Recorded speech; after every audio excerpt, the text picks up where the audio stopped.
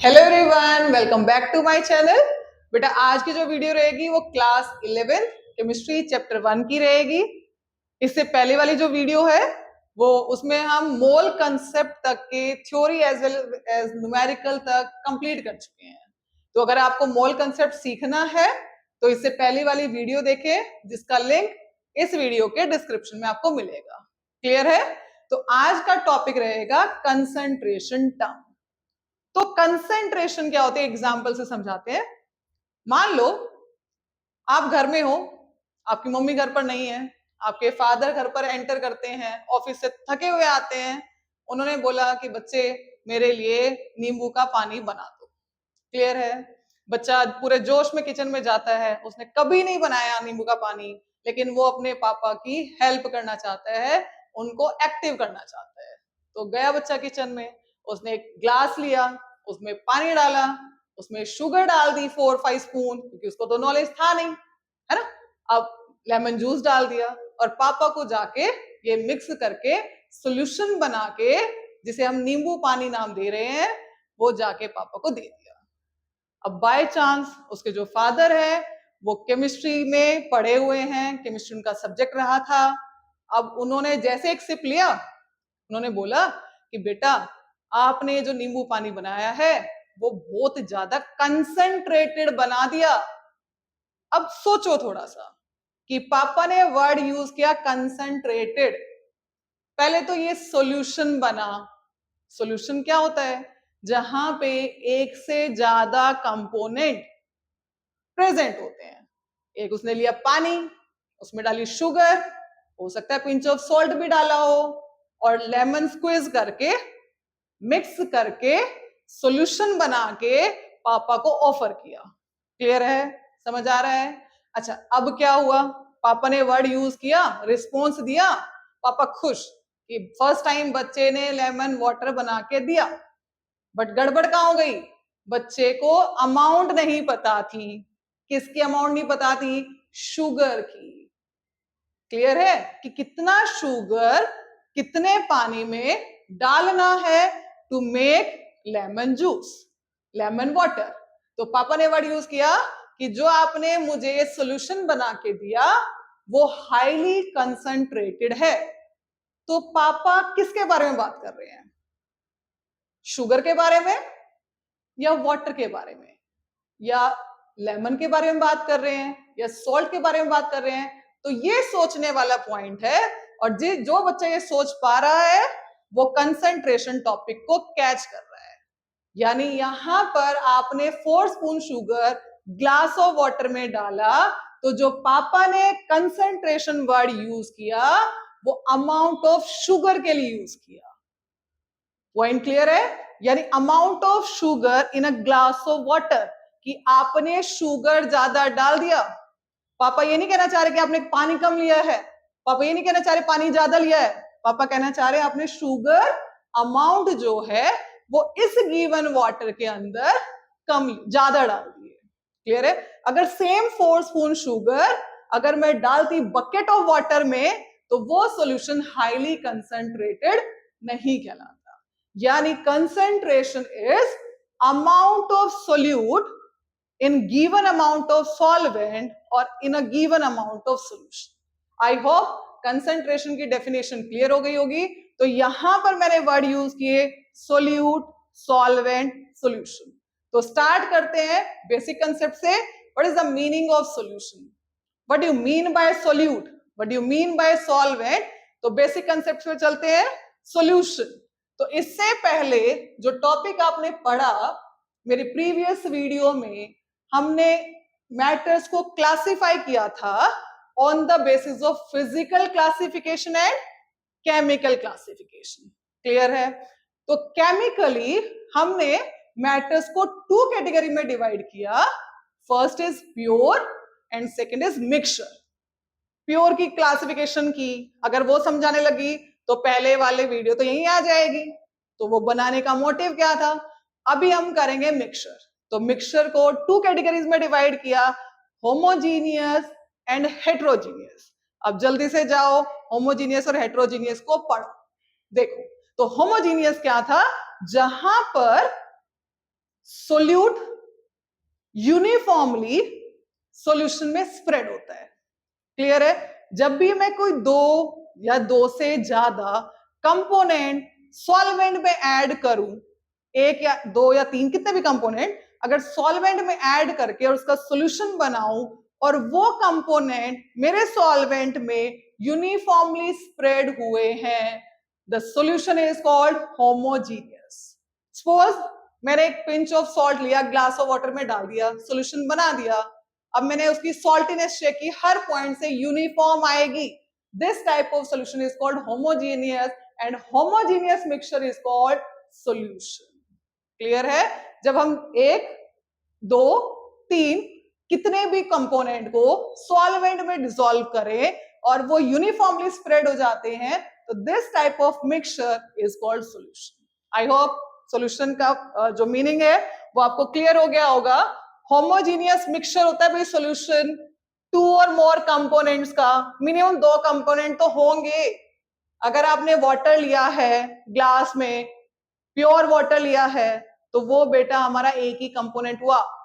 अगर water pure है तो हम उसको सॉल्यूशन नहीं बोलेंगे। उसमें हमने सॉल्ट डाल दिया तो there are two component, one is salt and one is water. This two component solution और mixture is called binary. What is the meaning of binary? Binary मतलब two. Binary word use for two component, one is solute, one is solvent. Ternary three, मैंने water लिया, water में डाला salt, water में डाला sugar, तो total three component हो गए, two are solute, one is solvent and the mixture और the solution is called ternary solution. अब मैंने सेम सॉल्यूशन के अंदर लेमन जूस डाल दिया, लेमन स्क्वीज कर दिया, there are four component, three are solute and one is solvent, this is called quaternary solution. इस टाइप के सॉल्यूशन को क्या बोलेंगे? क्वाटर्नरी। क्लियर है? अभी कुछ बच्चों के माइंड में कंफ्यूजन होगा कि सोल्यूट और सॉल्वेंट को कैसे पहचानेंगे।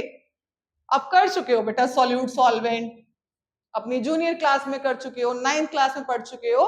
क्या पढ़ा था? सोल्यूट। सोल्यूट क्या पढ़ा था? जिसको हम लेस क्वांटिटी में लेते हैं, क्या करते हैं? लेस क्वांटिटी में लेते हैं। क्लियर है? अच्छा, सॉल्वेंट क्या पढ़ा था? जिसको हम लार्ज क्वांटिटी में लेते हैं, जिसके अमाउंट ज्यादा रखते हैं, उसको हम सॉल्वेंट बोलते हैं। क्लियर? एक छोटे से एग्जांपल से समझाती हूं बेटा आपको। क्लियर? मैंने क्या किया, 222.6 ग्राम सपोज इथाइलिन ग्लाइकोल लिया है। क्लियर? इथाइलिन ग्लाइकोल, और उसको ऐड कर दिया, is added to 200 gram water. Clear है? अब मैंने पूछा इसमें से सॉल्यूट आइडेंटिफाई करो, और क्या आइडेंटिफाई करोगे? सॉल्वेंट। क्लियर है? तो हमने बोला जिसको हम लेस क्वांटिटी में लेते हैं। क्लियर? लेस क्वांटिटी ढूंढो भाई, ये 222.6 है, ये 200 है, तो लेस क्वांटिटी क्या हो गया? वाटर। तो मैंने यहां लिख दिया वाटर। क्लियर? यही आपके माइंड में आ रहा होगा। अच्छा, 222.6 ज्यादा क्वांटिटी है, तो ये इथाइलिन ग्लाइकोल मैंने यहां लिख दिया। क्लियर? बट ऐसा लिखते ही मेरा पूरा क्वेश्चन अगर ये न्यूमेरिकल में आता है तो गलत हो जाएगा। बट डेफिनेशन तो यही थी ना, सोल्यूट की डेफिनेशन तो यही थी, जिसको हम लेस क्वांटिटी में लेते हैं। सॉल्वेंट क्या था? जिसको हम लार्ज क्वांटिटी में लेते हैं। फिर ये फेल क्यों हो गया भाई? यहां पर ये फेल क्यों हो गया? ये फेल इसलिए हो गया, new definition and the perfect definition of solute and solvent will be, ध्यान से सुनो, जो हमने सबसे पहले लिया स्टार्टिंग में, हम क्या लेते हैं? अगर आपने लेमनेड बनाया, नींबू का पानी बनाया, तो सबसे पहले आपने ग्लास में पानी लिया, इसे हम बोलेंगे सॉल्वेंट। इसकी अमाउंट कोई भी हो, इसको सॉल्वेंट बोला जाएगा। और माइंड में फिक्स कर लो, फिट कर लो, वाटर हमेशा यूनिवर्सल सॉल्वेंट रहेगा। उसकी अमाउंट कुछ भी हो, वाटर हमेशा सॉल्वेंट रहेगा। क्लियर? अब मैंने इसमें क्या डाला, देखो पढ़ो इसको, लाइन को, ये 222.6 ग्राम इथाइलिन ग्लाइकोल इज एडेड, किसको ऐड किया? इथाइलिन ग्लाइकोल को ऐड किया, किस में ऐड किया? 200 gram water. The final definition of solute will be the substance which is added. The substance which is added is always solute. उसे हम solute बोलेंगे. क्लियर है? जिस सब्सटेंस को हम ऐड करेंगे is always solute. Clear? So here ethylene glycol is added, so it is solute. जिसमें solute को ऐड किया गया, जिसमें solute को ऐड किया गया is solvent, which is water here. Water के अमाउंट कम है, फिर भी वाटर सॉल्वेंट रहेगा. इथाइलिन ग्लाइकोल के अमाउंट ज्यादा है, फिर भी वो सोल्यूट रहेगा. क्लियर है? तो सॉल्यूशन चैप्टर के जो सॉल्यूशन टॉपिक अभी हम पढ़ रहे हैं, इससे रिलेटेड अगर न्यूमेरिकल आपको विदाउट एरर करने, विदाउट मिस्टेक करनी है, तो ये सॉल्यूट और सॉल्वेंट की डेफिनेशन को माइंड में फिट करो. क्लियर है? जो प्रीवियस डेफिनेशन है वो कुछ जगह पर ठीक रहेगी, कुछ जगह पे फेल हो जाएगी. आपको कौन सी याद रखनी है? जो हर जगह इंप्लीमेंट हो, एप्लीकेबल हो, वो ये रहेगी. आई होप सॉल्यूट और सॉल्वेंट में डिफरेंस समझ आ गया होगा. बाइनरी सॉल्यूशन समझ आ गया होगा. दो कंपोनेंट, एक सॉल्यूट एक सॉल्वेंट. सॉल्यूट हम कितने भी ले सकते हैं. क्लियर है? अगर दो सॉल्यूट एक सॉल्वेंट, टोटल 3 कंपोनेंट, टर्नरी बोलोगे. क्लियर? अब बच्चे सोच रहे हैं ये पेपर में नहीं आएगा, ये क्वेश्चंस में यूज होंगे वर्ड. अगर आपको बाइनरी का मतलब नहीं पता, टर्नरी का मतलब नहीं पता, क्वाटरनरी का नहीं पता, तो क्वेश्चन सॉल्व कैसे करोगे? क्लियर? तो ये बेसिक्स है आपके. चलो नेक्स्ट है solution containing water as solvent. अगर सॉल्वेंट वाटर है, यानी फिक्स्ड है, सॉल्वेंट इज वाटर, उसमें आपने सॉल्यूट डाला, suppose urea in water, urea in water, urea को वाटर में डाला तो यूरिया इज सॉल्यूट. किसमें डाला? वाटर, तो वाटर इज सॉल्वेंट. क्लियर? तो यहाँ पे फिक्स्ड है, वाटर सॉल्वेंट है. This type of solution is called aqueous. Clear है? अगर वाटर सॉल्वेंट है तो उसे हम क्या बोलेंगे? Aqueous solution. कुछ न्यूमेरिकल में एक्वस वर्ड हमें पकड़ना होता है और वहां से पता लगाना होता है कि सॉल्वेंट क्या दिया है? वाटर. क्लियर? एग्जाम्पल, क्या एग्जाम्पल दिया? सॉल्ट, यहाँ पे लिखा सॉल्ट इन वाटर, तो सॉल्ट को पानी में डाला, सॉल्ट हो गया सोल्यूट. किसमें डाला? वाटर, तो वाटर क्या हो गया? सॉल्वेंट. क्लियर है? क्लियर? तो सॉल्ट का फॉर्मूला पता है? NaCl. क्लियर है? चलो, here salt is solute and water is solvent, अभी बताया. चलो दूसरा टाइप का, अगर वाटर के अलावा सॉल्वेंट लेते हैं, like benzene, like chloroform, carbon tetrachloride, alcohol, etcetera, कोई भी, the solution form is called non aqueous. क्या बोलेंगे उसको? Non aqueous. क्लियर? उसे बोलेंगे non aqueous. Solvent other than water, water के अलावा कोई भी सॉल्वेंट लिया है तो इस टाइप के सॉल्यूशन को बोला जाएगा नॉन एक्वस. क्लियर? चलो example, iodine dissolved in ethanol. ढूंढो solute solvent. Iodine. What is the formula of iodine here? I2. It is solid but lustrous non-metal.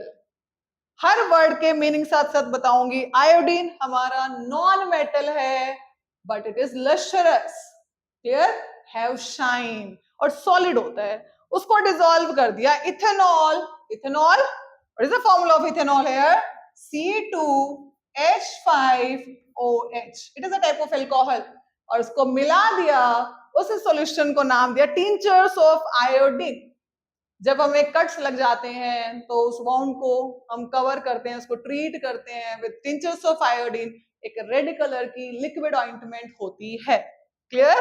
तो हियर आयोडीन इन इथेनॉल, तो iodine is solute and ethanol is solvent. I hope आपको ये word जो इसमें लिखे हैं, इसमें से एग्जाम में कुछ नहीं आना, but these words are used in your questions. Clear? Move to next. Next topic, saturated solution. पढ़ चुके हो 9th में, बट रट्टाफिकेशन किया है भाई. समझा तो था ही नहीं 9th क्लास को. इसलिए प्रॉब्लम आ रही है 11th में। 9th क्लास की एक्सटेंडेड फॉर्म है 11। क्लियर? तो क्यों बोलते हैं कि 9th क्लास में पहली सीढ़ी चढ़े बट लड़खड़ा के गिर गए। क्लियर? बट हम पहुंचाएंगे आपको अच्छे से ऊपर। बट क्या करना है? ध्यान से पढ़ना है, कंसंट्रेशन। पढ़ते समय ध्यान बुक में, पढ़ते समय वीडियो को ध्यान से देखना। यहाँ कोई एंटरटेनमेंट नहीं कराया जा रहा आपका। भाई होते हैं कुछ टीचर जो बीच बीच में हंसी मजाक करते हैं, है ना, टाइम वेस्ट करने के लिए। तो यहाँ कोई टाइम वेस्ट नहीं किया जा रहा, आपको सिर्फ पढ़ाया जा रहा है। क्लियर? तो पढ़ने वाला बच्चा वीडियो को लाइक करे। चलो स्टार्ट करते हैं। सैचुरेटेड सॉल्यूशन, फिर से एक सॉल्यूशन है बट इसका नाम सैचुरेटेड रख दिया। चलो एग्जांपल से समझते हैं सैचुरेशन का मतलब क्या होता है। मम्मी ने बोला भाई उठना नहीं 1 घंटे से पहले, है ना, पूरा एक चैप्टर लर्न करना है। सपोज उसमें 10 क्वेश्चन थे। क्लियर? अब बच्चे मम्मी से डर रहा था, बहुत सारी शरारतें करी, पापा के आने पे डांट पड़नी थी, मम्मी के डर से बैठ गया घर में। अब क्या वो 1 घंटा बैठा रहा, क्वेश्चन 1 पढ़ा, 2 पढ़ा, रट्टा मारा, तीसरा, चौथे पे पहुंचा। अब हर बच्चे की ना, हर बच्चे ने अपने ब्रेन को जो एक्सपेंड किया है ना यूज करके, वो एक अलग लेवल तक किया है। हम अपने ब्रेन का सिर्फ 3% यूज करते हैं, कर सकते हैं मैक्सिमम, बट हम कितना कर रहे हैं? 0.1, 0.2, 0.5, 1%, वो हमारे ऊपर है ना। तो हमने क्या कर लिया बेटा, अपने ब्रेन को रिजर्व कर लिया। रस्ट सुना है? रस्ट, अगर लोहा रखा रहेगा उसको यूज नहीं करेंगे आयरन को तो रस्टिंग हो जाएगी। तो हमारा ब्रेन भी रस्ट हो चुका है, उसको खोलो, उसकी मालिश करो, उसको पढ़ाओ भाई, फोर्स करो। कैसे करेंगे? अब वो बच्चा बैठा भाई 4 ही क्वेश्चन लर्न कर सकता था, मम्मी के डर से उसको 10 क्वेश्चन लर्न करने हैं। जैसे 5th क्वेश्चन पे पहुंचा, उसने फील किया फर्स्ट क्वेश्चन गायब, अभी भी नहीं उठना, मम्मी नहीं समझ रही। 6th क्वेश्चन पे पहुंचा, पहले 2 क्वेश्चन गायब। क्या हो रहा है ये? यानी जो उसके ब्रेन की होल्डिंग कैपेसिटी थी वो खत्म। वो सिर्फ 4 ही क्वेश्चन होल्ड कर सकता है। उसको जबरदस्ती तुम 10 घंटे बिठाओ, वो सिर्फ एक बार में 4 क्वेश्चन पढ़ सकता है। तो बेटा समझो अपनी होल्डिंग कैपेसिटी को, उतना देर पढ़ो, उसके बाद 5 to 10 मिनट का ब्रेक लेके फ्रेश माइंड होके रीस्टार्ट करो। ये नहीं कि 3 घंटे बैठे हो, 4 घंटे बैठे हो, नो यूज। एक बार ब्रेन भर गया, उसको रिफ्रेश करने के लिए टेक रेस्ट 5 to 10 मिनट। वो रेस्ट ऐसा ना हो कि पूरे दिन का ही हो गया, एक बार पढ़े 10 मिनट उसके बाद पूरा दिन रेस्ट ले रहे हो। कोशिश करो 50 मिनट पढ़ो, 10 मिनट रेस्ट, फिर स्टार्ट करो 50 मिनट, 10 मिनट रेस्ट। इस तरीके से अपना रेशो बनाओ और पढ़ाई को अच्छे से करो। तो सैचुरेशन का मतलब समझ आ गया होगा। क्या करना है? देखो, एक ग्लास लिया, बीकर लिया, टम्बलर लिया, we can use this word. Clear? इसमें हमने 100 मिलीलीटर वाटर फिल किया। क्या फिल किया? 100 मिलीलीटर वाटर लिया है बेटा, जिसको हम 100 ग्राम वाटर भी बोल सकते हैं। क्यों? Density of water is 1। Density जो वाटर की वो अप्रॉक्स, एक्यूरेट नहीं होती, it is 0.9 something, approximate equal to 1 kilogram per liter or 1 gram per milliliter, means we can say that 1 gram water is equal to 1 milliliter water, 100 milliliter water is equal to 100 gram water। तो हमने एक container लिया, beaker, उसमें 100 millilitre water डाल दिया। Clear? अब मेरे को शुगर सॉल्यूशन बनाना है, तो मैंने इनिशियली स्टार्टिंग में क्या किया भाई? 10 ग्राम शुगर ऐड किया, with the help of spoon उसको मिक्स किया। क्लियर? कंप्लीट सॉल्युबल हो गया। ठीक है, अब मैंने फिर से उसमें 2 ग्राम मोर शुगर ऐड किया, टोटल हो गया 12 ग्राम। अब मैंने मिक्स किया, करती जा रही हूं मिक्स, बट मेरे को रियलाइज हुआ कि मैं मिक्स कर रही हूं, बट जो शुगर है, कुछ पार्टिकल अनडिजॉल्व शुगर के नीचे बैठे हुए हैं, वो मिक्स ही नहीं हो रहे। मैंने लगाया 3 मिनट, 4 मिनट, मिक्स करे जा रही हूं, मैं तो अपनी एनर्जी यूज कर रही हूं, बट कुछ भी नहीं हो रहा। वो अनडिजॉल्व पार्टिकल शुगर के डिजॉल्व नहीं हो रहे। क्यों नहीं हो रहे? क्योंकि वाटर के अंदर जो शुगर को, सोल्यूट को होल्ड करने की कैपेसिटी थी, वो कंप्लीट हो चुकी है। अब वो और ज्यादा सोल्यूट इस लिक्विड के अंदर गिवन अमाउंट, बढ़ानी नहीं है, फिक्स्ड है, इस गिवन अमाउंट लिक्विड के अंदर और ज्यादा सोल्यूट को होल्ड नहीं कर सकता है, कुछ भी करो नहीं कर सकता है। क्लियर है? This condition is called saturation. Clear है? सैचुरेटेड सॉल्यूशन वो सॉल्यूशन होते हैं जब हमारा सॉल्वेंट के अंदर मैक्सिमम सोल्यूट होल्ड हो चुका है, मैक्सिमम सोल्यूट उसने अपने अंदर फिट कर लिया है, अब वो और ज्यादा सोल्यूट को होल्ड नहीं कर सकता है। बट कंडीशन, ना टेम्परेचर चेंज करना है, ना सॉल्वेंट की वॉल्यूम इंक्रीज करनी है। क्लियर है? क्योंकि अगर हम इसमें वाटर डालेंगे तो सॉल्वेंट बढ़ेगा, saturation level disturb, temperature raise करेंगे, अगेन डिस्टर्ब, तो ऐसे तो सैचुरेशन कभी नहीं आएगा। क्लियर? हमें सैचुरेशन लाना है तो बेटा सैचुरेशन तभी आएगा कि आप मिक्स कर रहे हो और आपको नीचे बॉटम में, बीकर के बॉटम में अनडिजॉल्व सोल्यूट पार्टिकल विजिबल होने चाहिए। क्लियर है? A solution is said to be saturated if it holds the maximum amount of solute at a given temperature, temperature change नहीं करना, in a given quantity of solution, यानी इस liquid में और ज्यादा सॉल्वेंट ऐड नहीं करना। आई होप क्लियर हो गया होगा। चलो move to next, the most important topic जो आपके 12th चैप्टर 1 में भी है, और श्योर इसमें से आपकी टीचर जब भी टेस्ट लेगी, अगर ये चैप्टर हो चुका होगा तो पेपर में देगी क्वेश्चन, इंपॉर्टेंट है, बोर्ड में भी आते हैं बेटा क्वेश्चन।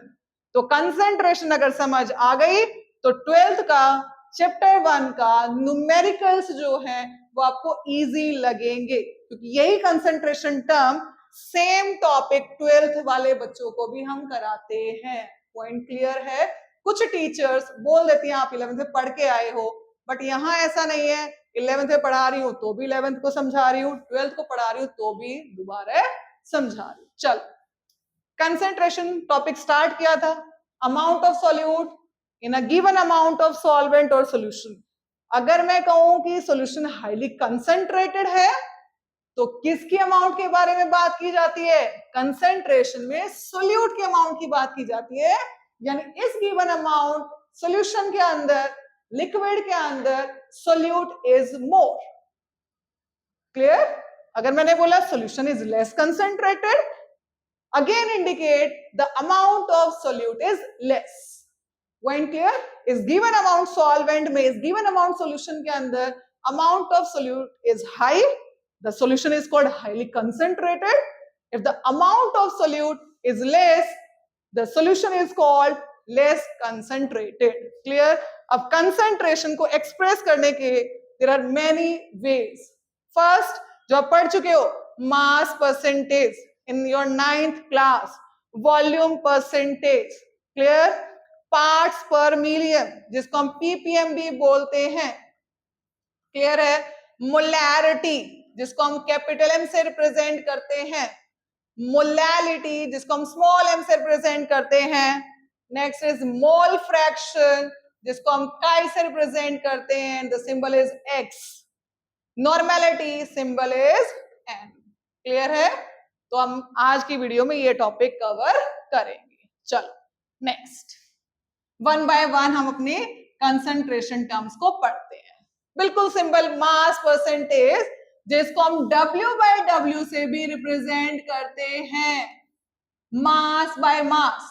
परसेंटेज कैसे निकालते हो? सपोज आपका इंग्लिश का पेपर है 80 मार्क का, तो टोटल मार्क्स 80, तो हम क्या लिखते हैं नीचे? Total marks 80। क्लियर? उसमें से आपने अटेन किए 72, ये तो फ्रैक्शन ऑफ मास अटेन आ गया। कितना फ्रैक्शन आपने मार्क्स गेन किए हैं, इसको अगर 100 से मल्टीप्लाई कर दिया तो परसेंटेज आ गई।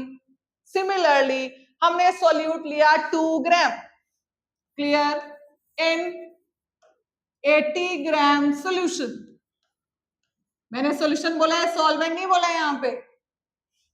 2 ग्राम लिया है 80 ग्राम सॉल्यूशन के अंदर, 2 ग्राम सॉल्यूट लिया है, तो 80 ग्राम सॉल्यूशन, बताओ कितना परसेंट सॉल्यूशन है?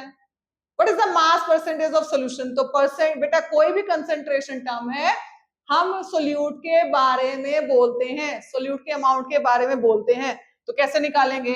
Amount of solute 2 gram divide by total mass of solution, कितना दिया? 80 ग्राम इनटू 100। इस तरीके से हम सॉल्व कर देंगे, जो भी आएगा वो परसेंटेज कहलाएगा, मास परसेंटेज ऑफ सोल्यूट कहलाएगा। अच्छा, सोल्यूशन की निकालनी है परसेंटेज, तो सोल्यूट और सॉल्वेंट से बना है ना सोल्यूशन। सोल्यूट की पता है टोटल 100 होता है हमारा सोल्यूशन, 100% में से इस परसेंटेज को माइनस करोगे तो आपकी सॉल्वेंट की मास परसेंटेज आ जाएगी। क्लियर है? तो देखो, mass percentage defined as mass of solute divide by total mass of solution multiply by 100। Simple है, नहीं आना पेपर में क्वेश्चंस आएंगे। ये डेफिनेशन तो 9th में कर चुके ना, क्लियर, बट क्वेश्चंस आएंगे इसके ऊपर। चलो नेक्स्ट देखो, नेक्स्ट है volume percentage. Same, mass of solute के प्लेस पे क्या लिखोगे? Volume of solute, volume of, क्योंकि यहाँ पे वॉल्यूम में निकालना है, इन मिलीलीटर डिवाइड बाय किसकी volume? Volume of solution, volume of solution again किसमें? मिलीलीटर में, मल्टीप्लाई कर दिया 100 से, क्या निकल जाएगा? Volume percentage. बस, volume percentage is volume of solute by volume of solution into 100। Clear है? बिल्कुल सिंपल था, कर चुके हो 9th क्लास में। कोई भी अगर डाउट आता है किसी भी टॉपिक में, कोई भी क्वेश्चन नहीं समझ आए, न्यूमेरिकल नहीं समझ आए, कोई भी टॉपिक इस चैप्टर से रिलेटेड अगर नहीं आता है तो आप कमेंट कर सकते हैं, नेक्स्ट वीडियो में श्योर आपकी डाउट क्लियर करूंगी। क्लियर है? चलो, यहाँ पे आपकी हेल्प के लिए बेटा हम यहाँ पे आपको फ्री में एजुकेशन दे रहे हैं और कोशिश कर रहे हैं कि जितना हमें आता है वो आपको सिखा सके।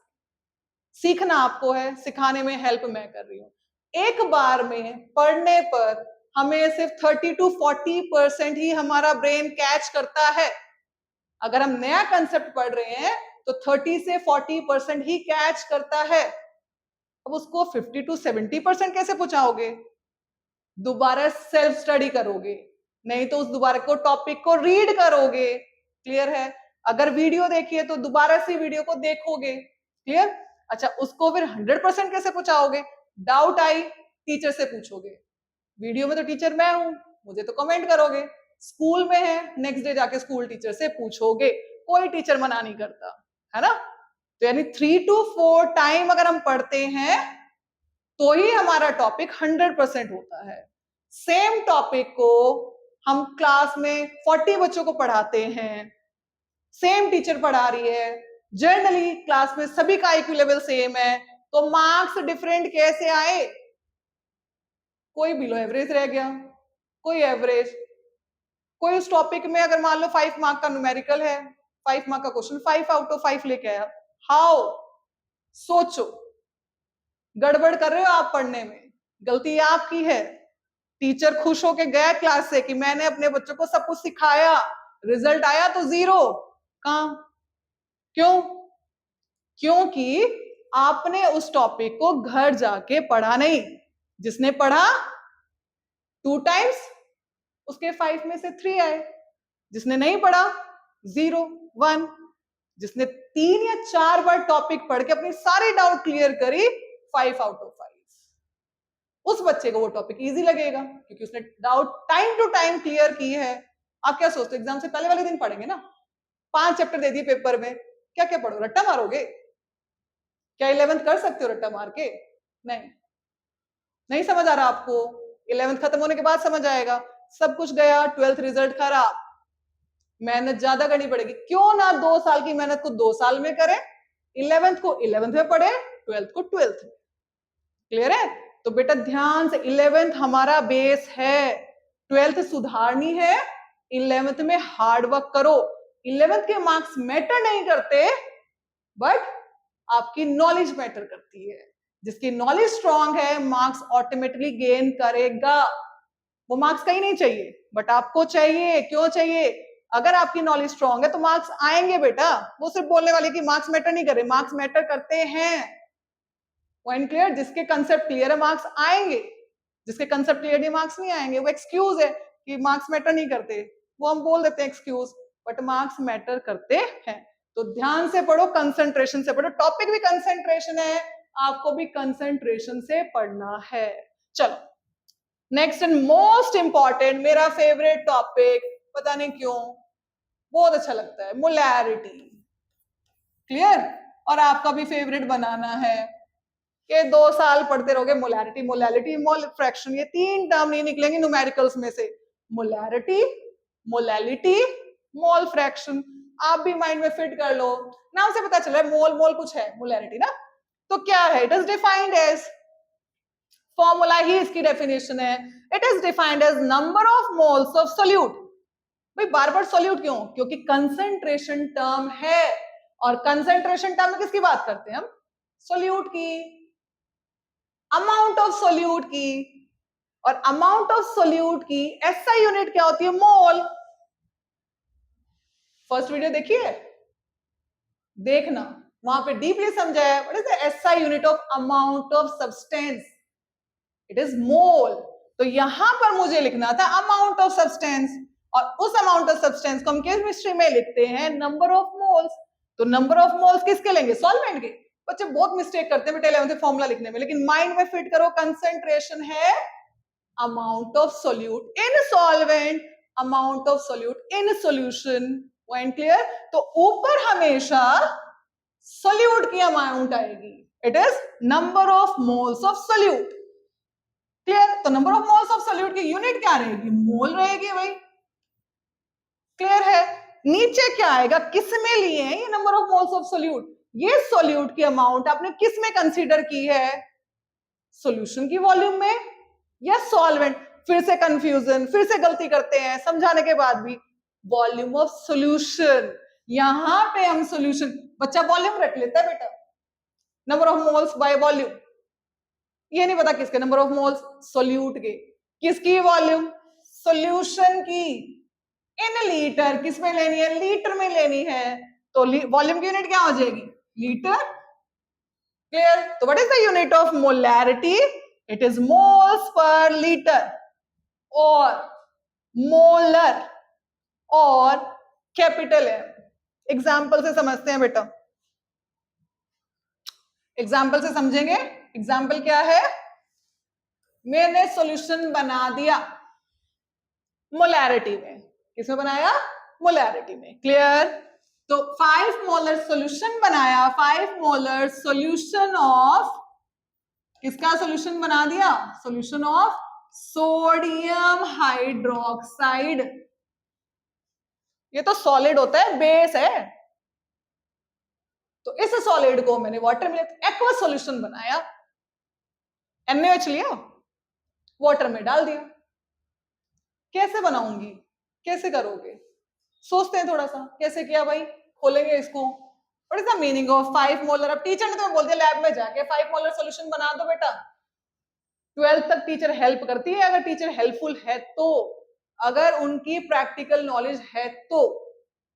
नहीं तो आफ्टर 12th आपको बहुत ज्यादा शेमफुल फील होगा अपनी ग्रेजुएशन में, या जो भी आप करना चाह रहे हो, सोल्यूशन तो बनाने पड़ेंगे, केमिस्ट्री तो पढ़नी पड़ेगी। जे कर रहे हो तो, नीट कर रहे हो तो, ग्रेजुएशन कर रहे हो तो भी, अगर आर्ट्स कॉमर्स में चले जाते हो वो अलग बात है। क्लियर? तो वहां तो सोल्यूशन बनाओगे स्टैंडर्ड, और वो मोलैरिटी में बनाओगे। तो कैसे बनाओगे? चलो समझते हैं यहाँ पे। चलो कैसे बनाया? इसको मैंने खोला, इसका मतलब होता है 5 मोल्स पर लीटर। क्लियर है? यानी 5 moles per litre solution of NaOH। तो NaOH का सॉल्यूशन कैसे बनाया होगा? सोचो थोड़ा सा। मैंने क्या लिया होगा? पानी लिया होगा, है ना, वाटर, H2O जो कि मेरा सॉल्वेंट रहेगा, और उसमें मैंने कुछ ग्राम के अंदर, हम तो मेजर ग्राम कर सकते हैं ना वेइंग बैलेंस से, मोल तो ना मेजर कर सकते हैं। अगर तुम्हारी लैब में वेइंग बैलेंस है, एनालिटिकल स्टूडेंट के लिए होता है, नहीं कराते स्कूल में, सीधा ग्रेजुएशन में खड़ा कर देते हैं एनालिटिकल बैलेंस के सामने। क्लियर है? स्कूल में जनरली टीचर फॉलो करती हैं डिजिटल बैलेंस, और वहां पे हम मेजर कर पाते हैं ग्राम। तो कितना ग्राम NaOH डालूं, कितने वाटर में डालूं कि मेरा सॉल्यूशन 5 मोलर बन जाए। क्लियर? तो कैसे करेंगे? देखो भाई 5 मोल्स पर लीटर सॉल्यूशन है NaOH का, तो यहां से पता चल गया सोल्यूट तो NaOH है। और खोल, इसका मतलब क्या? मतलब इसका क्या है? मीन्स, क्या मतलब है इसका? मीन्स डेट 5 मोल ऊपर क्या लेते हैं बेटा मोलैरिटी के फॉर्मूले में, number of moles of solute. तो किसके मोल्स हैं? 5 मोल। सोल्यूट कौन है? Solute NaOH। तो 5 मोल्स ऑफ NaOH। नीचे क्या लिखते हैं? Divide by volume of solution पर लीटर। पर लीटर यानी 1 litre in 1 litre solution. Clear है? अगर मेरे पास 1 लीटर का स्टैंडर्ड फ्लास्क है, ये मेरे पास 1 लीटर ऐसे round bottom long neck flask होगा। स्टूडेंट के लिए 2 होते हैं बेटा, 100 मिलीलीटर और 250 मिलीलीटर। 1 लीटर लैब अटेंडेंट या स्कूल आपके टीचर के लिए होता है, केमिस्ट्री टीचर के लिए। तो अभी मैं आपको सिंपल वे में सिखा रही हूँ। मान लो मेरे पास 1 लीटर फ्लास्क है और यहाँ पे एक स्क्रैच मार्क होता है, यहां तक ये वॉल्यूम इसकी 1 लीटर, ये 1 लीटर वॉल्यूम। तो सबसे पहले 1 लीटर का मैंने फ्लास्क उठा लिया जिसमें मुझे सॉल्यूशन बनाना था। इसमें मुझे 5 मोल NaOH डालना है। भाई 5 मोल कैसे मेजर करूं 5 मोल? चलो करते हैं भाई। नंबर ऑफ मोल्स का मुझे फॉर्मूला पता है, given mass by molar mass. Clear है? अच्छा, नंबर ऑफ मोल्स पता है मुझे 5 मोल। क्लियर? W मुझे नहीं पता, वही तो चाहिए। मोलर मास पता होता है सोडियम हाइड्रोक्साइड का, कितना? 23 सोडियम का, 16 ऑक्सीजन का, हाइड्रोजन का 40 ग्राम पर मोल। क्लियर? क्रॉस मल्टीप्लाई करो 5 इंटू 40। क्लियर? मोल से मोल कटेगा, आंसर आएगा ग्राम में। W कितना आ गया? 200 ग्राम। यानी 200 ग्राम मेजर करना है। ये तो कर सकते हो ना भाई, ग्राम में तो मेजर कर सकते हैं।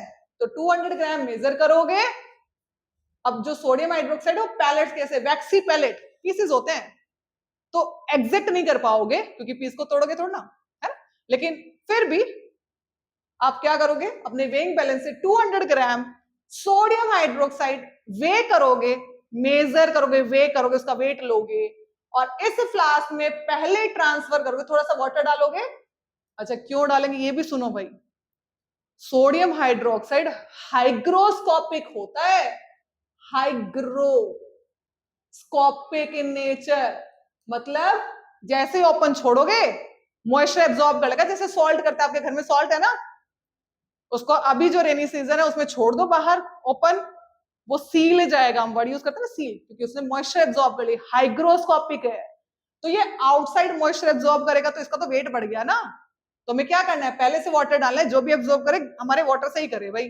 तो पहले वाटर डालो अराउंड 10 मिलीलीटर 20, वो आपके ऊपर है। डाला। अब इसमें 200 ग्राम हम अगर ट्रांसफर करेंगे सोडियम हाइड्रोक्साइड, इसको डिसॉल्व करोगे, इस पे लिड लगाओगे इसकी, और लिड लगा के उसको शेक करोगे, तो यू फील कि आपका जो ये स्टैंडर्ड फ्लास्क है वो वार्म हो गया है, as the dissolution of sodium hydroxide in water is exothermic. Exothermic heat निकलेगी, पढ़ा था 10th में, फील करोगे 11th प्रैक्टिकल में, एक्सोथर्मिक है। क्लियर? अच्छा, अब ये सॉल्युबल हो गया। अब इसको धीरे धीरे धीरे धीरे यहां तक फिल कर देना है with help of water.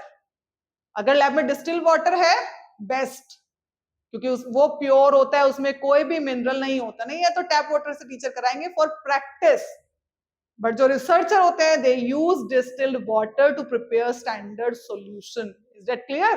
But school level में हम टैप वाटर यूज करेंगे। चलो ठीक है, इसको फिल कर दिया यहां तक, लिड लगा के होमोजीनियस बनाया। Clear? The solution now formed have concentration 5 molar. Point clear? अब ये 5 मोलर 1 लीटर में बनाया है, सेम हम इसको 250 मिलीलीटर या 100 मिलीलीटर में भी बना सकते हैं। कैसे? 1000 मिलीलीटर में 5 मोल है, तो 1 मिलीलीटर में कितना होगा और 250 मिलीलीटर में कितना मोल चाहिए? Unitary method, simple. उसके अकॉर्डिंग आपका W आएगा। W को इसमें ट्रांसफर करोगे, ट्रांसफर करने के बाद लिड लगा के वाटर में सोल्यूबल कर दोगे। क्लियर है? अच्छा, अगर आपको इसका प्रैक्टिकल देखना है जो आपके सिलेबस का है, to prepare M/10 standard solution of oxalic acid, तो वो भी वीडियो मैंने 4 साल पहले बना के अपने चैनल पर अपलोड कर रखी है। वहां आपको डिटेल में कि लैब में खड़े होने के बाद आपको कैसे कैसे स्टेप फॉलो करके, क्या क्या प्रिकॉशन लेकर, क्या क्या इंस्ट्रक्शन फॉलो करके सॉल्यूशन बनाना है, हर स्टेप सिखाया है विद कैलकुलेशन। क्लियर है? चलो नेक्स्ट टॉपिक पे मूव करते हैं। आई होप आपको मोलैरिटी टॉपिक क्लियर हो गया होगा कि इसका यूज क्या है। हम जो सॉल्यूशन बनाएंगे 11th-12th में वो मोलैरिटी में बनाएंगे। Point clear? तो आज आपका होमवर्क है, आपको वीडियो देखने से पहले मेरे प्रैक्टिकल की अपने आप 100 मिलीलीटर सॉल्यूशन की वॉल्यूम एज्यूम करके m/10, what is the meaning of m/10? m/10, what is the meaning? 0.1 molar oxalic acid का सॉल्यूशन बनाना है। It's your practical oxalic acid. और अपने चैनल पर मैं आपको प्रैक्टिकल भी टाइम टू टाइम सारे प्रैक्टिकल भी कराऊंगी। तो oxalic acid, formula of oxalic acid COOH dot 2H2O. It is C2H2O4 with 2 water molecule. Lab में जो ऑक्सैलिक एसिड अवेलेबल होता है क्रिस्टलाइन फॉर्म में, हर मॉलिक्यूल के साथ 2 water molecule, water of crystallization भी जुड़ा रहता है। तो इस पूरे का आप मोलर मास निकालेंगे विच इज 126। जैसे मैंने 40 यूज किया था सोडियम हाइड्रोक्साइड का, आप कितना यूज करोगे? 126 ग्राम पर मोल। और ऐसे निकाल के W कैलकुलेट करके मुझे मैसेज करोगे कमेंट में कि अगर हम m/10 या 0.1 सॉल्यूशन बनाते हैं 100 मिलीलीटर या 250 मिलीलीटर में, मेंशन करनी है कि वॉल्यूम कितनी ली थी। 100 में बना रहे हो तो W उसके अकॉर्डिंग निकलेगा, 250 में बना रहे हो तो W उसके अकॉर्डिंग। स्टूडेंट के लिए 2 ही फ्लास्क अवेलेबल होते हैं लैब में, या तो 100 मिलीलीटर या 250 मिलीलीटर। क्लियर है? चलो नेक्स्ट पढ़ते हैं।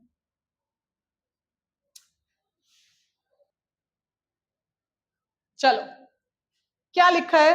मोलैरिटी मोस्ट इंपॉर्टेंट क्वेश्चन है फॉर 11th। जो आपके नीट एग्जाम, जे एग्जाम देते हैं उनमें बेटा यहीं से, कहीं अलग से नहीं आते। अगर 11th-12th को तुम बिल्कुल डीपली करते हो तो आपको कोई एक्स्ट्रा कोचिंग लेने की नीड नहीं है। ये बच्चे एलएन में जाते हैं या आकाश में जाते हैं, फिर जी में, बेटा नो नीड, क्योंकि उनका हमने सीबीएसई, कुछ बच्चे तो बहुत ज्यादा जीनियस होते हैं उनको छोड़ के, जो दोनों को एक साथ लेके चलते हैं, बट कुछ बच्चे नहीं कर पाते ना।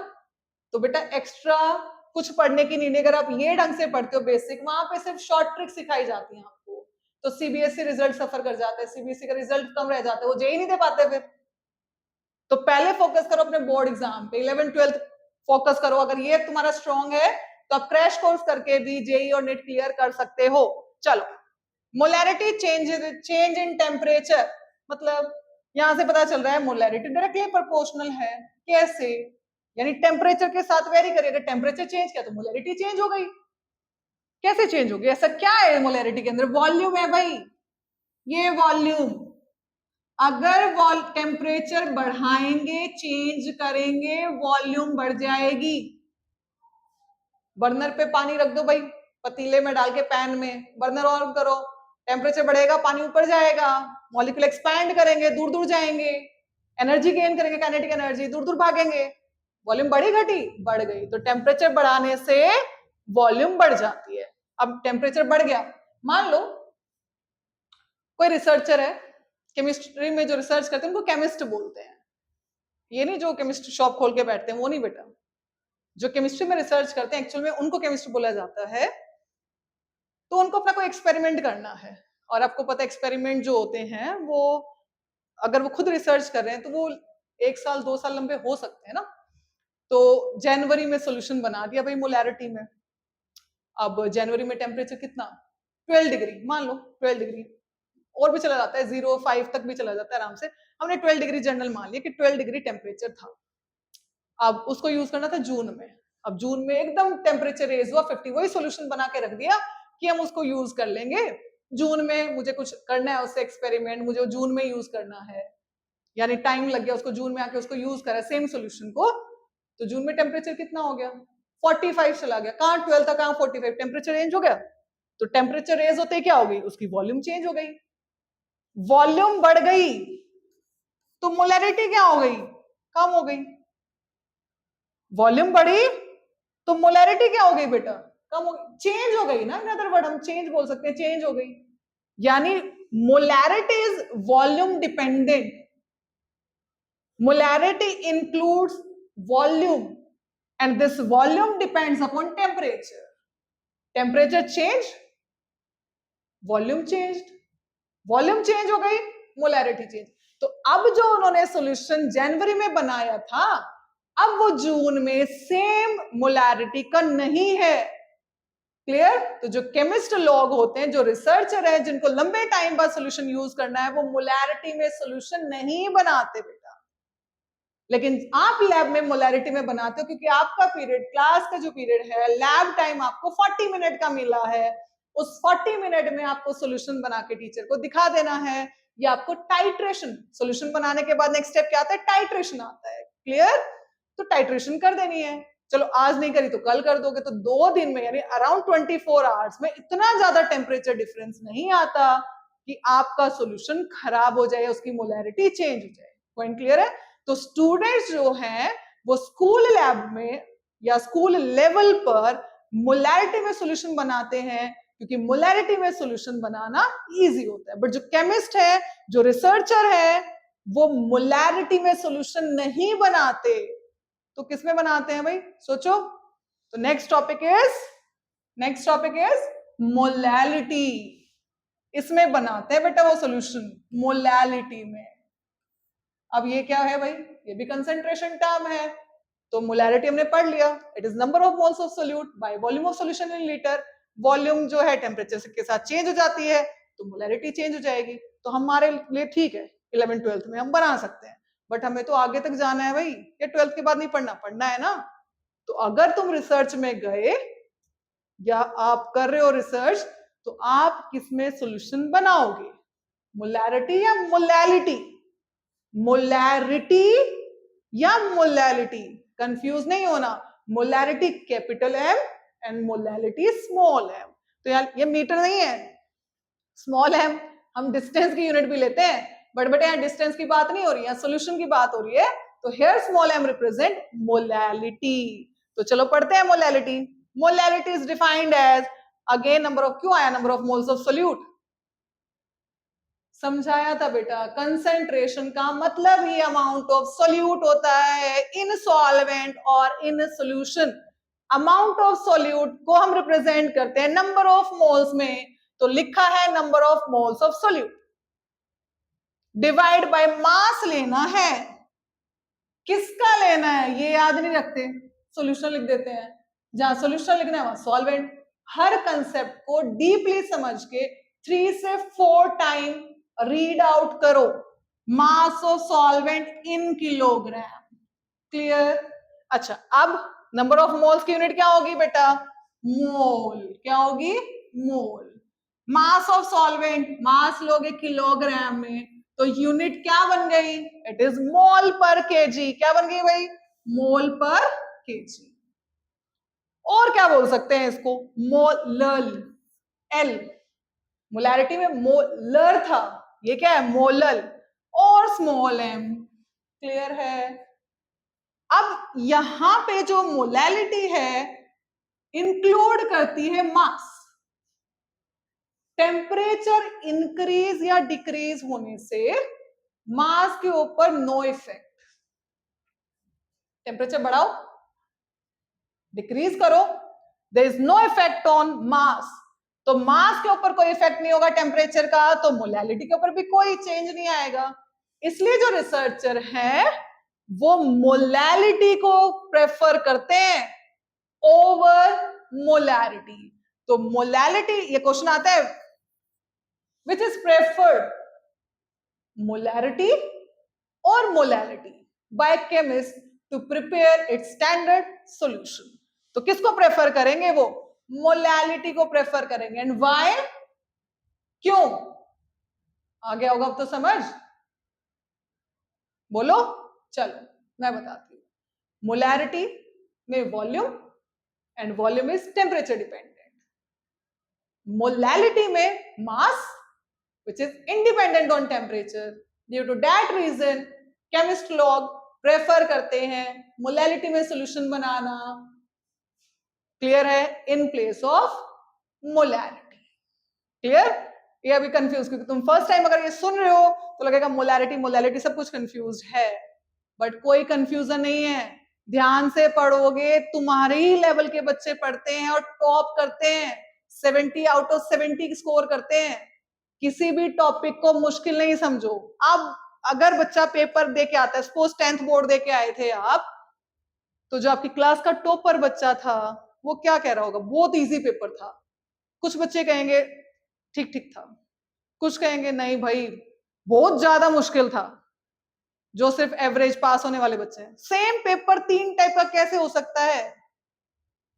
मुश्किल था, एवरेज था, इजी था, तीनों टाइप का तो नहीं हो सकता ना।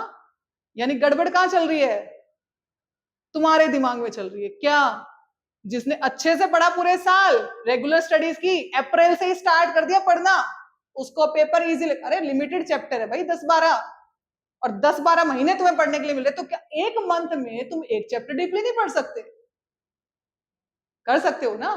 तो सेम बेटा, जिसने अप्रैल से रेगुलर स्टडी की है, बेटा रात रात भर पढ़ना जरूरी नहीं है। अगर तुम हर सब्जेक्ट को भी 1 घंटा देते हो, और 5 मेन सब्जेक्ट है, 5 घंटे अप्रैल से बिना एक दिन भी छोड़े पढ़ते हो रेगुलर, तो कोई भी आपको रोक नहीं सकता कि आपके अच्छे मार्क्स ना आए। क्लियर है? ये जो रात रात पढ़ते हैं, रात को टीवी देखते हैं, फोन देखते हैं, इंस्टा चलाते हैं, फेसबुक, गेम खेलते हैं, रात को अगर बच्चा रेगुलर पढ़ रहा है अप्रैल से, तो 10-11 बजे के बाद पढ़ने की नीड नहीं है। गारंटी से बोल रही हूं। 5 घंटे डेली पढ़ो, ईमानदारी से पढ़ो, अपने आप को धोखा मत दो। सबको दे सकते हो, मम्मी को दिखा दो कि सारी रात पढ़ा हूं मैं, बच्चा मेरा सारी रात पढ़ता है, लेकिन मैडम पेपर ऐसा देती है नंबर नहीं आते, है ना? गलत है बेटा। अगर बच्चा 5 घंटे पढ़ रहा है ईमानदारी से, तो मैम तो पेपर बुक से ही बनाती हैं। एक्स्ट्रा क्वेश्चन डाल दिया, बेसिक कंसेप्ट क्लियर है तो आप कोई भी क्वेश्चन कर सकते हो। तो ना झूठ बोलो पेरेंट्स को, बेटा जो भी नुकसान कर रहे हो अपना कर रहे हो। हमसे बेहतर हमें कोई नहीं जानता, आपके पेरेंट्स भी नहीं जानते। अगर आप धोखा दे रहे हो तो आपको पता है, अगर ईमानदारी से पढ़ रहे हो तो आपको पता है। माँ बाप को रिजल्ट आने के बाद पता चलता है, देर हो चुकी होती है, नहीं समझा पाते। उनको लग रहा है मेरा बच्चा सारी रात बैठा है पढ़ रहा है, सुबह उसको नहीं उठाना जल्दी, रात को पढ़ा, बट रात को बच्चे ने क्या किया? इंस्टाग्राम देखा, रील स्क्रॉल की, शॉर्ट्स देखी, गेमिंग चलाई और आराम से सो गया। ऐसा नहीं करो, पढ़ाई पे ध्यान दो। टाइम इज वेरी प्रीशियस, दोबारा लौट के नहीं आएगा। फर्स्ट आपकी हेल्थ, सेकंड टाइम को टाइम समझो, वेस्ट मत करो। क्लियर है? आगे बढ़ते हैं बेटा। समझ आ गया क्यों हम मोलैलिटी को प्रेफर करते हैं ओवर मोलैरिटी? क्लियर है? चल नेक्स्ट करते हैं, mole fraction, next concentration term and most important. अरे बोर्ड में भी क्वेश्चन आया है बेटा इससे। आपको लगता है बोर्ड पेपर 10th और 12th के बहुत मुश्किल होते हैं? नहीं, इस पॉइंट को अगर दिमाग में डाल के करोगे तो कुछ इजी कंसेप्ट आप पढ़ के नहीं जाते, अरे इसमें से क्या ही आना है, ये तुमने 11th में पढ़ लिया, ये तुमने 9th में पढ़ लिया था। ऐसा नहीं है बेटा। बोर्ड का जो पेपर है 10th और 12th का, जो सीबीएसई है वो ऐसे डिजाइन करती है कि वीक से वीक बच्चा भी आराम से पास हो सके। जो पास नहीं होता ना, इसका मतलब उसने कभी बुक को हाथ ही नहीं लगाया, पूरे साल उसने बुक को टच नहीं किया। क्लियर है? सिर्फ 10 to 25% ही क्वेश्चन हमारे डिफिकल्ट नहीं होते। हायर ऑर्डर थिंकिंग स्किल, जिसको हॉट्स के क्वेश्चन बोलते हैं, वो मुश्किल नहीं है। जिसने पूरा चैप्टर, पूरा सिलेबस समझ के पढ़ा है, वो उसको कैच कर लेगा और वो लिख देगा। जिसने रेक्टिफिकेशन किया है वो वहां अटक जाएगा। क्लियर है? तो बेटा मुश्किल नहीं होता। यानी ये वाला इंपॉर्टेंट टॉपिक बोर्ड में पूछा गया है, डिफाइन मोल फ्रैक्शन, और बच्चा क्या करता है 12th में जाके, ये तो मैंने 11th में पढ़ लिया, 12th में तो आना नहीं है, वही गलती कर जाता है। और प्रॉपर तरीके से 1 मार्क में आया, अगर प्रॉपर तरीके से आंसर अटेम्प्ट नहीं करोगे तो 1 मार्क नहीं मिलेगा। क्लियर? तो ये छोटी छोटी गलतियां आपको स्टार्टिंग से ही माइंड में रखने की हमें नहीं करनी है। क्लियर? तो चलते हैं मोल का फ्रैक्शन, मोल का रेशो। तो मोल फ्रैक्शन के तो नाम से पता चल रहा है, it is mole fraction, it is ratio of number of moles. Fraction का मतलब क्या होता है? रेशो। अच्छा, नंबर ऑफ मोल्स का फ्रैक्शन कैसे निकालेंगे? It is a type of concentration term. और कंसेंट्रेशन क्या बताया था? स्टार्टिंग में ही बताया था, अम्मा पापा ने बता दिया था नींबू पानी बनाया जब, क्या बताया पापा ने? हाईली कंसेंट्रेटेड, ज्यादा चीनी डाल दी, ज्यादा अमाउंट ऑफ सोल्यूट। क्लियर? चलो अब यहाँ पे हम कुछ टर्म्स मान लेते हैं। सिंबल माना मैंने number of moles of solute का Na, यानी मैं A को सोल्यूट मान रही हूँ और B को सॉल्वेंट। अगर मुझे चेंज करना है कि मुझे B को सोल्यूट मानना है तो मुझे मेंशन करना पड़ेगा, कि मुझे A को सॉल्वेंट मानना है तो मुझे मेंशन करना पड़ेगा। हम चेंज कर सकते हैं, क्लियर है, बट लिखना पड़ेगा। तो मैंने number of moles of solute को माना Na, number of moles of solvent को माना Nb, mole fraction of solute ये x लिखा है, हम यूज x करते हैं, but the actual symbol is काई। क्लियर? अच्छा, मोल fraction of solute is XA and mole fraction of solvent is XB। चलो स्टार्ट करते हैं इसको समझना। तो mole fraction of solute which is XA, it is ratio. Fraction का मतलब रेशो, ऊपर नीचे कुछ आएगा। आप परसेंटेज निकालते हो, मास परसेंटेज, वहां पे पहले हम फ्रैक्शन निकालते हैं, उसको मल्टीप्लाई करते हैं 100 से, तो हमारी मास परसेंटेज आती है। तो बेटा यहाँ नंबर ऑफ मोल का फ्रैक्शन में नीचे डिनोमिनेटर में ऑलवेज टोटल अमाउंट। तो सॉल्यूशन में टोटल क्या होगा? Solute plus solvent. तो लिया टोटल नंबर ऑफ, नीचे क्या लेंगे? Total number of moles of solution. Clear है? What is A here? It is about solute. तो ऊपर क्या लेंगे? Number of moles of solute, number of moles of solute. Clear? अच्छा, अब सॉल्वेंट, मान लो मुझे मोल फ्रैक्शन सॉल्वेंट की टर्म में निकालना है, तो क्या लूंगी ऊपर? Number of moles of solvent, symbol ढूंढो, number of moles of solvent Nb। नीचे क्या रखेंगे? नीचे हमेशा टोटल ही आएगा, यानी जो यहाँ पे रखा है उसी के नंबर ऑफ मोल्स ऊपर आएंगे और नीचे आएंगे सोल्यूशन के। तो सोल्यूशन कैसे बन जाता है? सोल्यूट और सॉल्वेंट। अच्छा, अब दो ही कंपोनेंट लिए ना, तो this is an example of binary solution. अगर मैं 3 कंपोनेंट ले लेती, A, B और C, तो टर्नरी हो जाता, D और डाल देती, क्वाटरनरी हो जाता। क्लियर है? यहाँ पे मैंने 2 कंपोनेंट सॉल्यूशन चूज किया, जिसके 2 कंपोनेंट है A और B, one is solute and one is solvent. तो नीचे जो सॉल्यूशन बनेगा वो सोल्यूट और सॉल्वेंट के कॉम्बिनेशन से बनेगा।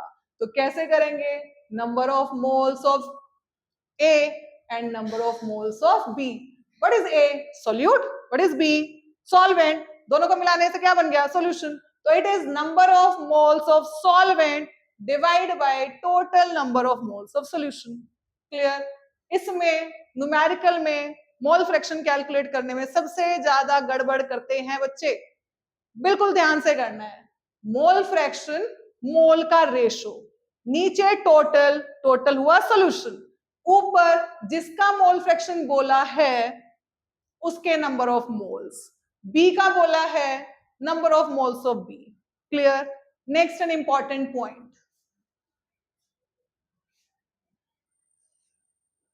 नेक्स्ट समझो बेटा। चलो, अब मेरे पास 2 कंपोनेंट है, पेपर में क्वेश्चन आता है what is the sum of, sum बोला है। जब भी कोई क्वेश्चन करो उसको पार्ट्स में, छोटे छोटे पार्ट्स में समझते जाओ, लिखते जाओ। What is the sum? Sum यानी प्लस का साइन डाला, किसका? मोल फ्रैक्शन का सम ऑफ 2 कंपोनेंट सिस्टम। तो XA प्लस XB का आपसे सम पूछा है। What is the sum of, what is the sum of mole fraction? तो मोल फ्रैक्शन का सिंबल डाल दिया, ऑफ 2 कंपोनेंट, तो A and B is equal to question mark, निकालेंगे। नेक्स्ट जो क्वेश्चन आता है एग्जाम में, what is the sum of mole fraction of all the components of ternary solution? तो जो मैंने स्टार्टिंग में जो आपको स्लाइड दिखाई थी उसमें जो वर्ड यूज किए थे उसका यूज ये है। What is the sum of, फिर से सम, मोल फ्रैक्शन का टर्नरी, तो मुझे पता है कि टर्नरी में तो 3 कंपोनेंट होते हैं, is equal to question mark. Clear? Solve करते हैं, कैसे करेंगे? XA, इसका फॉर्मूला डालो, it is the ratio of number of moles. Clear? नीचे हमेशा टोटल आएगा, टोटल क्या है? A और B, तो Na plus NB, similarly Na plus NB। यहाँ किसके मोल है? A के, तो number of moles of A, यहाँ किसके आएंगे? Number of moles of B। Solve करो, डिनोमिनेटर कॉमन है, एलसीएम आ गया Na प्लस NB। क्लियर है? यहाँ पे क्या आएगा? Na और यहाँ NB, कितना आ गया? 1। क्लियर? तो यहां से क्या पता चला? ये आता है आपके कॉम्पिटिटिव एग्जाम में, क्वेश्चन पूछा जाता है कि what is the sum of mole fraction of all the components of binary और टर्नरी और quaternary solution. Always remember, it is always equal to 1। It is always equal to 1। Clear? जितने भी component है solution के, सभी solution के mole fraction का sum is always 1। In other word, XA plus XB is equal to 1 और XA plus XB plus XC is equal to 1। XA plus XB plus XC plus XD is also equal to 1। Clear? अच्छा, अब to simplify the calculation, हमें formula पता है, अभी बहुत easy लग रहा होगा, फर्स्ट टाइम पढ़ रहे हो ना, है ना? अगर कंसंट्रेशन से बैठे हो बहुत इजी लग रहा होगा, है ना? अब जब कैलकुलेशन करने जाओगे तो अकॉर्डिंग टू मी, बच्चों को जहां प्रॉब्लम आती है न्यूमेरिकल में, कैलकुलेटरी पार्ट में, वो मोल फ्रैक्शन को सॉल्व करने में ही आती है। क्लियर? तो आपको एक तो सॉल्व करना पड़ेगा XA। XB निकालने के लिए अगर तुमने बिल्कुल एक्यूरेटली एक कंपोनेंट का मोल फ्रैक्शन सॉल्व कर लिया है, तो दूसरे कंपोनेंट का मोल फ्रैक्शन हम सिंपली निकालेंगे उसको 1 में से माइनस करके। Clear? If the mole fraction of A is 0.4, then the mole fraction of B is 0.6। कितना जल्दी से हो गया? क्लियर? तो always remember, the sum of mole fraction of all the component of binary, ternary, quaternary solution is always 1। एग्जाम के लिए important है। Clear? Move to next concentration term. अच्छा, अब इसकी यूनिट और देख लो यहीं पर, व्हाट इज इट्स यूनिट? जैसे हमने मोलैरिटी की निकाली, मोलैलिटी की निकाली, ऐसे इसकी यूनिट निकालते हैं। नंबर ऑफ मोल की यूनिट क्या होगी? मोल। नीचे भी तो मोल ही है, sum of mole is also mole. Mole से mole cancel out, it is unit less, कोई यूनिट नहीं होती। मैंने लिखा था ना 0.4 एंड 0.6, कोई यूनिट मेंशन नहीं करी, इट इज यूनिट लेस, कोई यूनिट नहीं होगी। क्लियर? पार्ट्स पर मिलियन, पीपीएम एक ही न्यूमेरिकल है और सेम न्यूमेरिकल 11th में और सेम न्यूमेरिकल 12th में है। 15th न्यूमेरिकल तुम्हारी एनसीईआरटी का वो पार्ट्स पर मिलियन पर है और सेम न्यूमेरिकल हम करेंगे 12th में, same without any change. What is the meaning of parts पर मिलियन? ये वाली कंसंट्रेशन टर्म हम यूज करते हैं when very less amount of solute is present in very large amount of solvent or solution। दोबारा repeat कर रही हूं, this concentration term is used when solute is very minute, whereas solvent और जो solution है उसकी वॉल्यूम और उसके अमाउंट इज वेरी लार्ज, यानी स्लाइट कंटामिनेशन। जहां पर एग्जाम्पल मैं बोलूं कि समुद्र मैंने लिया या रिवर ली, कि ये रिवर का पार्ट है और उसमें एक ना क्लोरोफॉर्म की बोतल फूट गई है भाई, तो सोल्यूशन तो बन गया ना, कंटामिनेशन तो हो गया। तो वहां पर अगर मैं बोलूं कितना क्लोरोफॉर्म कितने सॉल्यूशन में है और मैं कंसंट्रेशन टर्म यूज करूं पार्ट्स पर मिलियन, क्लियर है? तो कैसे करेंगे? number of parts of the component, number of parts of chloroform. What is the formula of chloroform? It is CHCl3. Formula is भाई 9th में फॉर्मूला मेकिंग सिखाया जाता है, बट अराउंड 40 to 50% बच्चे उसको समझ के उन समझते सब है क्योंकि क्वेश्चंस आते हैं, बट उन फॉर्मूलेज को लर्न नहीं करते हैं। अब वो फॉर्मूला 11th और 12th में डायरेक्टली यूज होंगे, है ना। तो साथ साथ जो भी टॉपिक में जो भी फॉर्मूला है सब कुछ बता रही हूँ, साथ साथ लर्न करो। फॉर्मूलेज हमें लर्न होने चाहिए एज अ केमिस्ट्री स्टूडेंट। चलो, number of parts of component. कौन कंपोनेंट? सोल्यूट। वो कंपोनेंट जो माइन्यूट लिया है, जिसका थोड़ा बहुत कंटेमिनेशन हुआ है। तो ऊपर लेंगे number of parts of solute divide by total parts of the solution into million. Million मतलब 10⁶। क्लियर है? अगर इस तरीके से हम सॉल्व करते हैं तो जो कंसेंट्रेशन निकल के आएगी इट इज इन पार्ट्स पर मिलियन। तो इसका जब न्यूमेरिकल कराऊंगी, बेटा हर चैप्टर में टॉपिक वाइज न्यूमेरिकल भी करवाती हूँ। जब कंसेंट्रेशन टर्म खत्म हो जाएगी तो इसके न्यूमेरिकल प्रैक्टिस करेंगे। क्लियर है? तो जो भी है वहां पे आप डिटेल में समझ पाओगे। तो फॉर्मूला ही है part of solute divide by part of solution into 10⁶। Is that clear? Next concentration term. अच्छा नेक्स्ट क्वेश्चन देखो, कर चुके हैं, अभी किया। What is the sum? सम मतलब प्लस मोल फ्रैक्शन का, तो एक्स ए एक्स बी ऐसे लिया, of all the components of ternary, तो 3 हो गए, कितना? 1। क्लियर? कर चुके हैं बेटा ये। नेक्स्ट देखो, define mole fraction. What is mole fraction? It is the ratio of number of moles of solute और solvent to the total number of moles of solution. It is unitless, कोई unit नहीं होती। Clear है? चलो, most important for competitive exam point of view, पता नहीं school में करवाएंगे आपसे नहीं कराएंगे, ये वाला टॉपिक लास्ट टॉपिक है आज की वीडियो का। और स्लाइड डिफिकल्ट नहीं बोलेंगे, इसको 2 से 3 बार समझना पड़ेगा आपको। बेटा जिसने कंसेप्ट दिया है, जिस साइंटिस्ट ने कोई भी कंसेप्ट बनाया हो, अगर न्यूटन आपको ग्रेविटी समझाएगा ना फर्स्ट टाइम कि कैसे उसके माइंड में सारी चीजें आई, तो हो सकता है कि फर्स्ट टाइम में आपको वो भी समझ ना आए। कोई भी लो फिजिक्स में आप पढ़ रहे हो, कहीं भी, है ना, कोई थ्योरी पढ़ रहे हो मैथ्स में, वो फर्स्ट टाइम में समझ नहीं आती, उसको हमें बनाना है 100 तक। टीचर समझा के जाएगा, नहीं टाइम है भाई, बार बार सिलेबस नहीं बढ़ेगा ऐसे आगे, उसको हमें लेके जाना है। तो इसको अगर 2-3 टाइम वीडियो में देखते हो तो श्योर आपको समझ आएगा। इतना सिंपल वे में कहीं नहीं मिलेगा, सारा ढूंढ ढूंढ के एक छोटी सी स्लाइड में एंटर किया आपके लिए। क्लियर है? चलो, normality symbol is an, normality का सिंबल क्या रहेगा? एन रहेगा। तो ये जो डेफिनेशन है ना बेटा, ये फॉर्मूला ही होता है। तो यहां से फॉर्मूला सीखेंगे और नॉर्मेलिटी को समझेंगे। तो इट इज डिफाइंड एज, देखो कैसे फॉर्मूला डेफिनेशन बनाएंगे।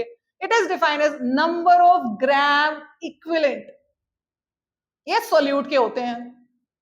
Number of gram equivalent of solute, क्यों बताया था? कंसेंट्रेशन टर्म तो सोल्यूट की अमाउंट ही तो होती है।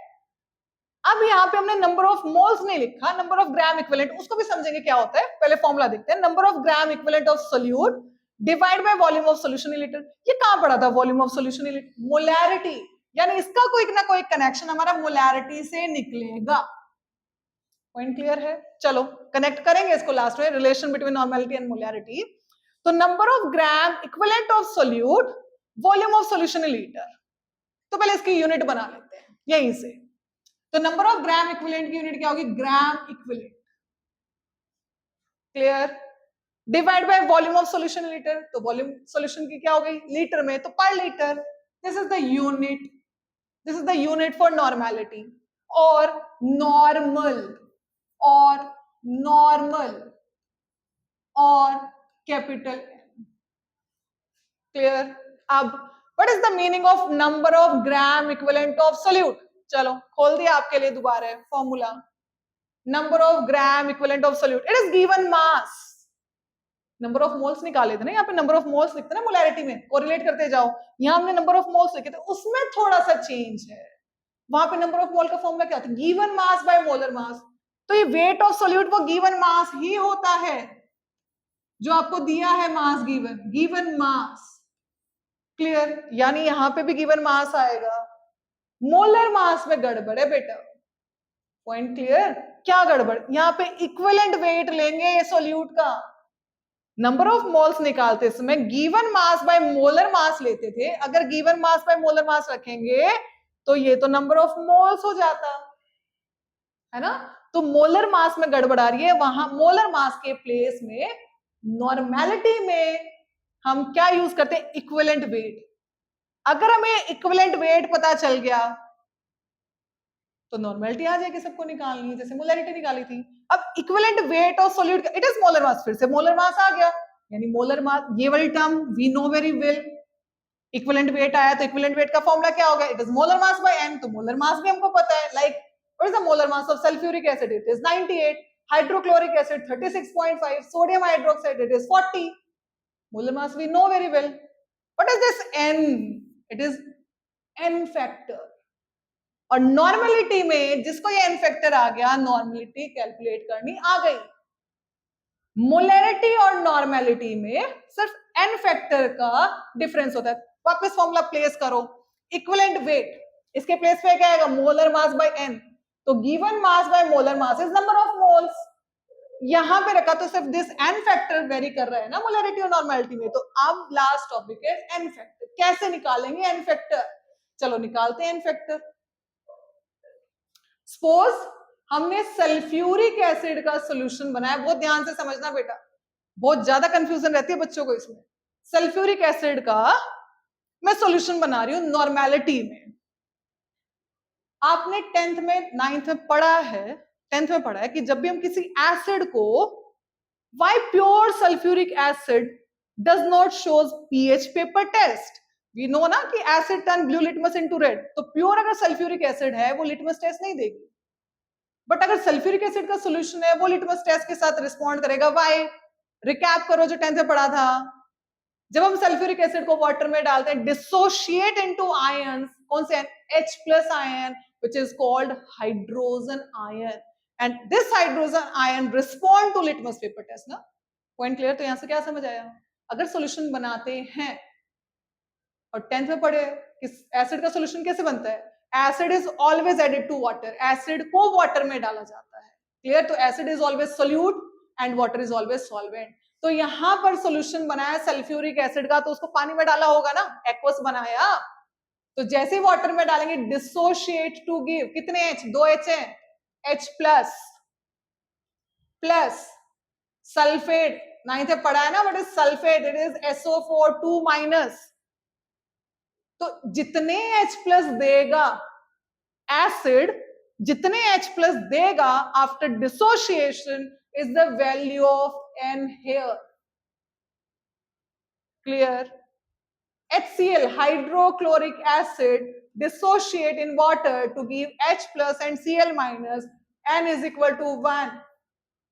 आओ यहां पे N को रखा 1, यहां पे N को 1 रखा, तो equivalent weight is equal to molar mass. तो मैंने यहाँ पे रख दिया मोलर मास, क्योंकि इक्विवेलेंट वेट मोलर मास के इक्वल है, यहाँ पर रखा molar mass. Given mass by molar mass is number of moles, यहाँ आगे number of moles by volume which is molarity. यानी if the value of N is 1, in that case normality and molarity both have same value. Clear?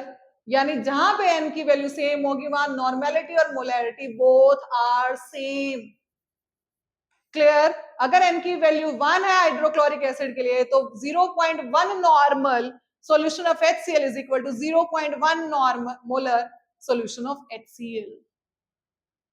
Clear है? I hope clear हुआ होगा कि N की value कैसे निकालते हैं। Suppose we have phosphoric acid H3PO4, phosphate भी पढ़ा है आपने 9th में फॉर्मूला मेकिंग में, ऐसा नहीं है जो आपने नहीं पढ़ा, सब कुछ पढ़ के आए हो।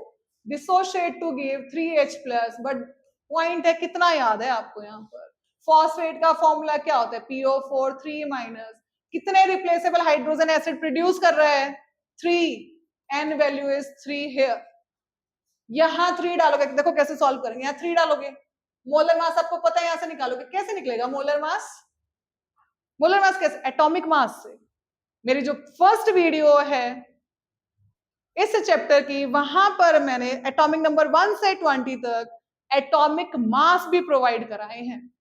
तो हाइड्रोजन 3 है, एटॉमिक मास 1 होता है, फॉस्फोरस एटॉमिक मास 31 होता है, ऑक्सीजन 16 होता है, 4 ऑक्सीजन है। सॉल्व करके इसका मोलर मास निकालोगे इन ग्राम पर मोल। अरे मल्टीप्लाई प्लस माइनस तो कर ही सकते हो, ये नहीं सिखाने आई मैं यहाँ पे, वो आप सीख चुके हो छोटी क्लासेस में, क्लियर है। तो n की वैल्यू 3, यहाँ पे क्या लिखा है देखो, basicity of acid. What is the meaning of basicity of acid? Number of replaceable hydrogen ion.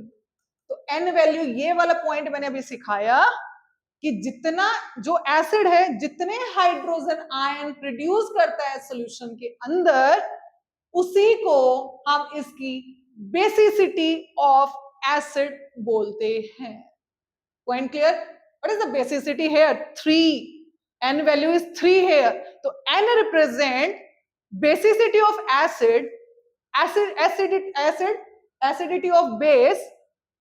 ये 11th में यूज करोगे और ये वाला 12th में भी कराऊंगे अभी कैसे करते हैं, क्लियर है। चलो नेक्स्ट देखते हैं हम first point, acidity of base कैसे निकालेंगे। चलो बेस का एग्जांपल चूज किया, सोडियम हाइड्रोक्साइड,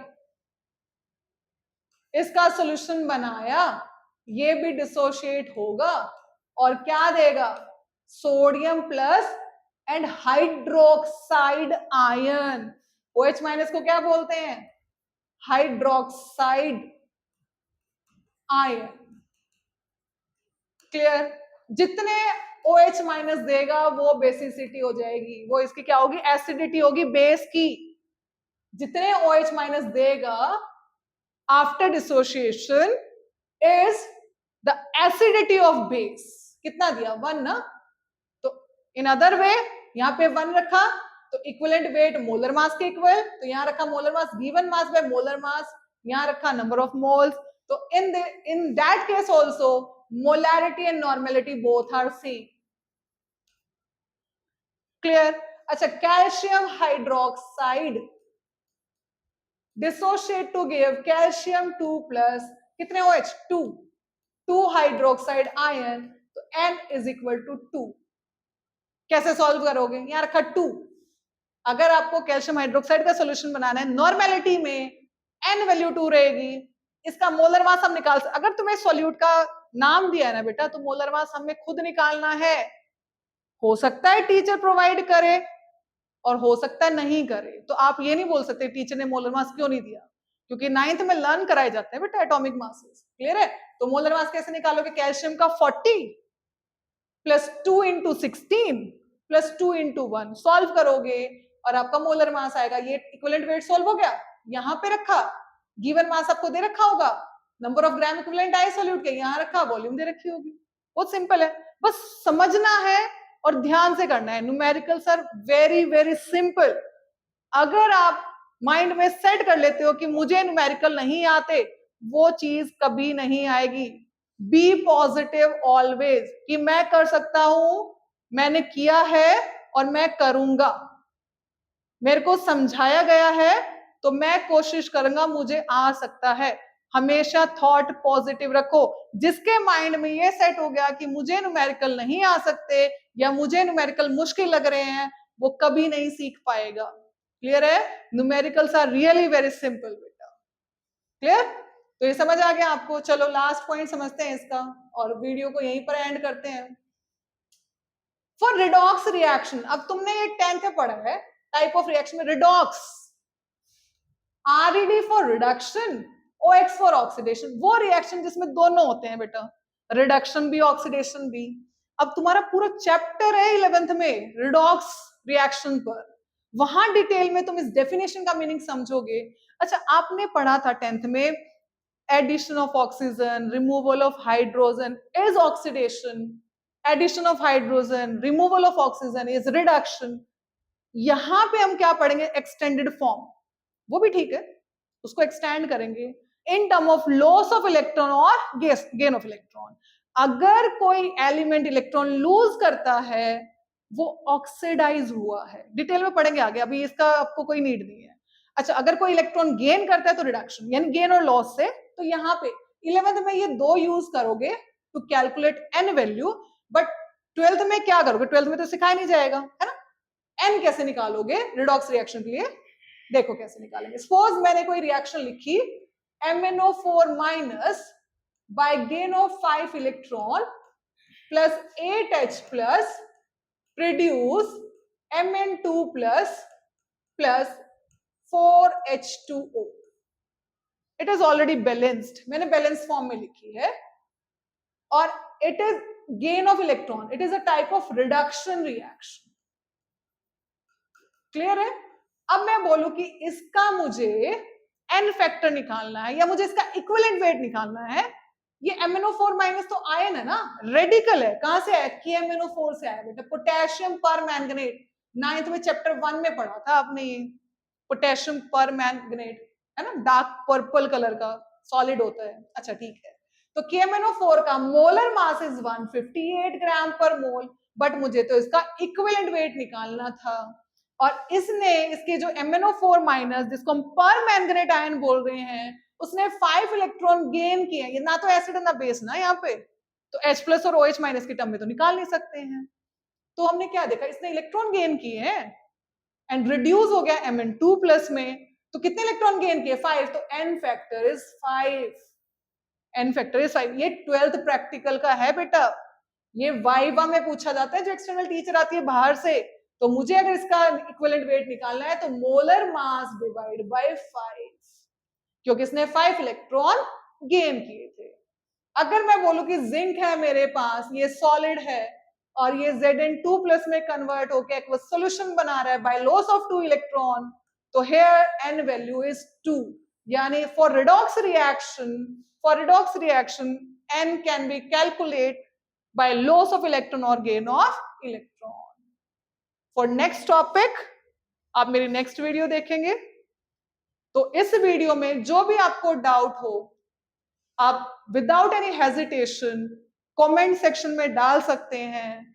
क्लियर है, कोई टॉपिक समझना है, कोई न्यूमेरिकल नहीं समझ आ रहा, तो आप मुझे कमेंट कर सकते हैं। कोशिश करूंगी कि जब भी नेक्स्ट वीडियो में अपलोड करूं, आपके डाउट को क्लियर करूं। अगर हो सकता है कि मैसेज के थ्रू आपको मैं चैट बॉक्स में समझा पाऊंगी तो वहां पे समझाऊंगी। क्लियर है। तो अगर आपको वीडियो अच्छी लगी है तो वीडियो को लाइक करें, चैनल को सब्सक्राइब करें, ताकि सबसे पहले आप मेरा नोटिफिकेशन पाएं, आपकी कोई वीडियो मिस ना हो, और अपने फ्रेंड्स तक वीडियो को शेयर करें। Thank you.